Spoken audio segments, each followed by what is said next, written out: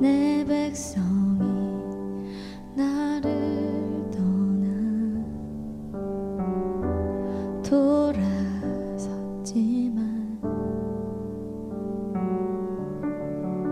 내 사랑이 내 백성을 포기 못하니 내 모든 것 내어주고 나 그들을 얻으리라. 여호와께 돌아가자. 우린 돌아서도 그는 변치 않네. 여호와께 돌아가자. 우린 넘어져도 그 사랑 영원하네. 사랑은 오래 참고 자신을 내어주네. 서로 사랑할 때 세상은 주보네. 사랑은 절대 지지 않네. 사랑은 오래 참고 자신을 내어주네. 서로 사랑할 때 세상은 주보네. 사랑은 절대 지지 않네. 여호와께 돌아가자. 우린 돌아서도 그는 변치 않네. 여호와께 돌아가자. 우린 넘어져도 그 사랑 영원하네.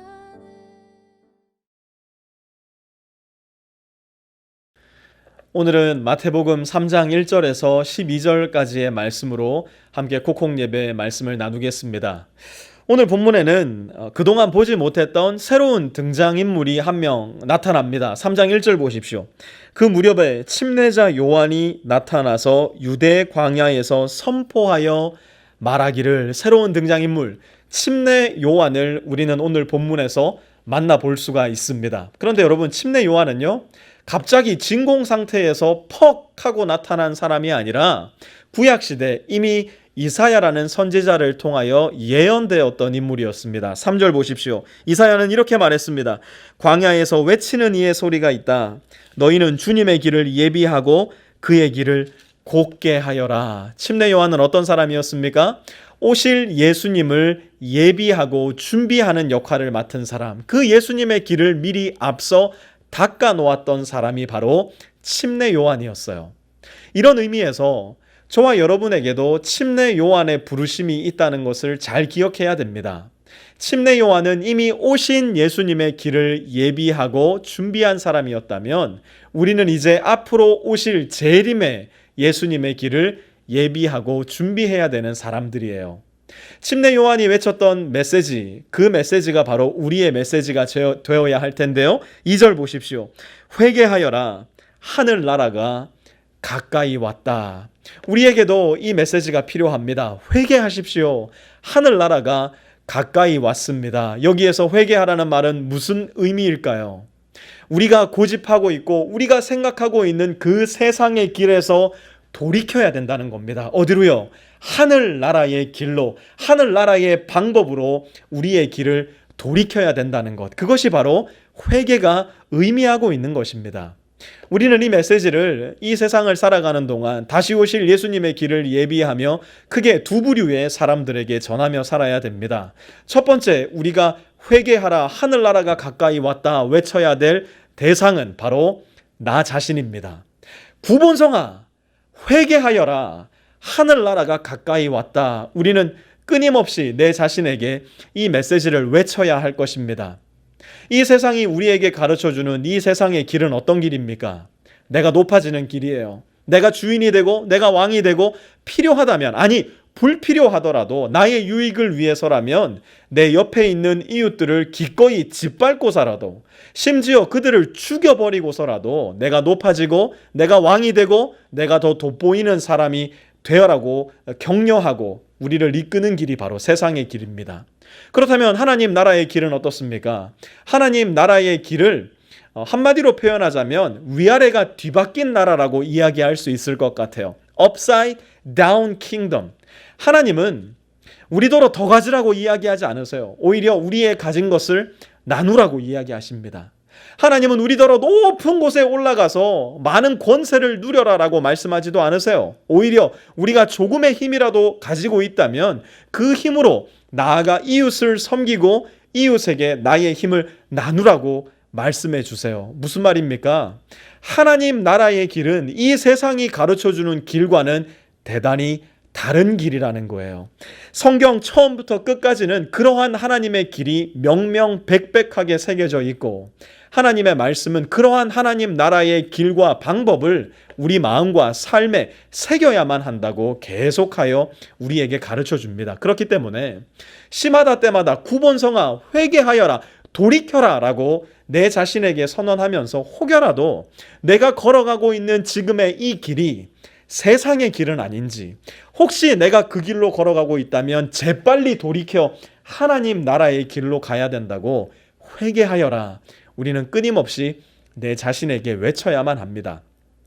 두 번째로 이 메시지를 전해야 할 사람은 바로 나의 이웃들입니다. 가까이에 있는 내 아내와 아이들, 그리고 직장 동료와 학교에서 만나게 되는 여러 친구들, 우리는 그들에게도 회개하여라, 하나님의 나라가 가까이 왔다라고 외쳐야 할 의무와 특권이 있는 사람들입니다. 그러나 여기에서 한 가지 주의해야 할 점이 있어요. 사도 요한은, 침례 요한은 그 방법을 자세하게 보여주고 있는데요. 4절 보십시오. 요한은 낙타 토롯을 입고 허리에는 가죽띠를 띠었다. 그의 식물은 메뚜기와 들꿀이었다. 여러분, 회개하라는 메시지는 어디에 굉장히 익숙한 메시지입니까? 교회에 익숙한 메시지예요. 그렇지 않습니까? 그런데 요한은 지금 성전에 있지를 않아요. 요한은 지금 멋진 사제복을 입고 있지도 않아요. 오히려 요단 강가에서 낙타 토롯을 입고 허리에는 가죽띠를 띤 채로 하나님의 메시지를 한 번도 선포되어지 않았던 요단 강가에서 선포하고 있는 겁니다. 어쩌면 우리는 교회라는 이미지가 주고 있는 그 익숙한 이미지를 버려버려야 할지도 모르겠어요.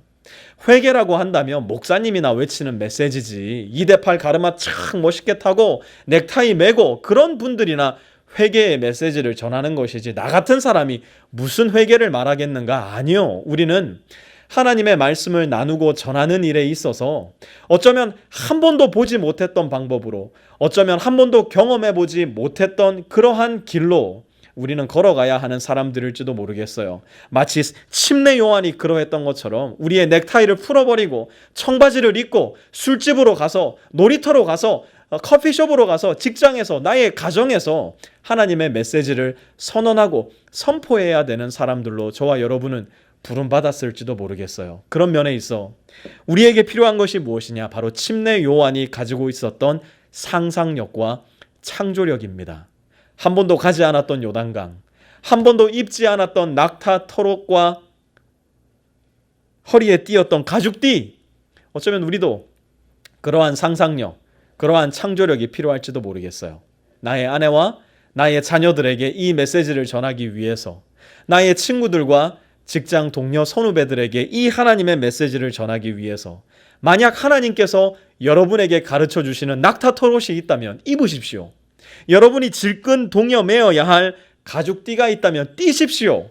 여러분이 가야 할 요단강이 있다면 가십시오. 하나님께서 우리에게 주시는 상상력, 하나님께서 우리에게 주시는 창의력, 그것을 통하여 하나님의 말씀이 교회의 울타리를 넘어 우리의 가정과 직장과 학교와 여러분 모든 관계 속으로 파고들 수 있기를 우리 주 예수 그리스도의 이름으로 축원합니다.